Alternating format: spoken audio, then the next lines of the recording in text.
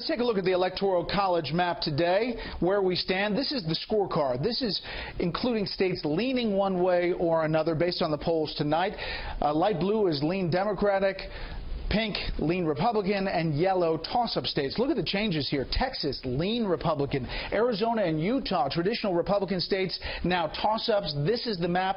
Clinton 307 to Trump 181. You need 270 electoral votes to win the presidency. Let's go back to our what-if scenario, and this is to give states to the leader in that state, even if they have a razor-thin margin. As of tonight, Donald Trump wins Georgia, he wins Iowa, he wins Ohio.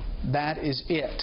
The rest of the states on this map go Democratic. Nevada, Arizona, Colorado, Wisconsin, Michigan, Pennsylvania, New Hampshire, Virginia, North Carolina, and Florida. That is an electoral blowout, 334 to 204. That's where the polls stand as of tonight, the average of polls. Can this change? Yes. And Trump supporters point to the Brexit vote and how those polls changed. This was the vote to take Great Britain out of the EU. As we take a look at the vote there, the average of polls before that vote, June 23rd, here's how it stands. Remain, 48%, leave, 46%. Now, what happened? You had a trend that developed, that in the later days, as you get closer to the vote, it started to change, that the leave was moving up in the polls here. And at the end, on the vote, here's what you had. Leave 51.9, remain 48.1. It was a major shift. Here is the director of the Fox News Decision Desk, Arnon Mishkin.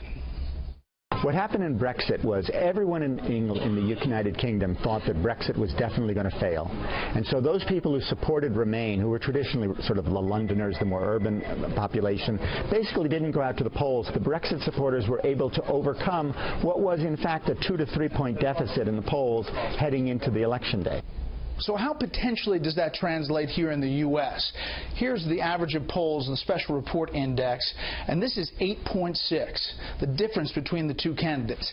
Can Donald Trump make that up in the final 18 days? Again, Arnon Mishkin.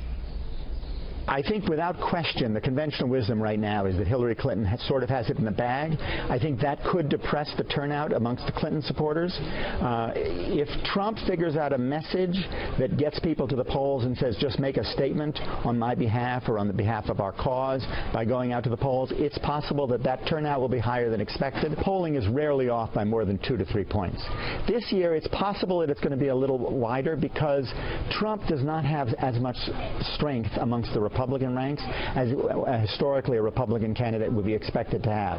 If many of those people come back between now and Election Day, yes, indeed, we could see a wider swing in the polling. But in general, polls are not off by more than 2 to 3 points as we get closer and closer to Election Day.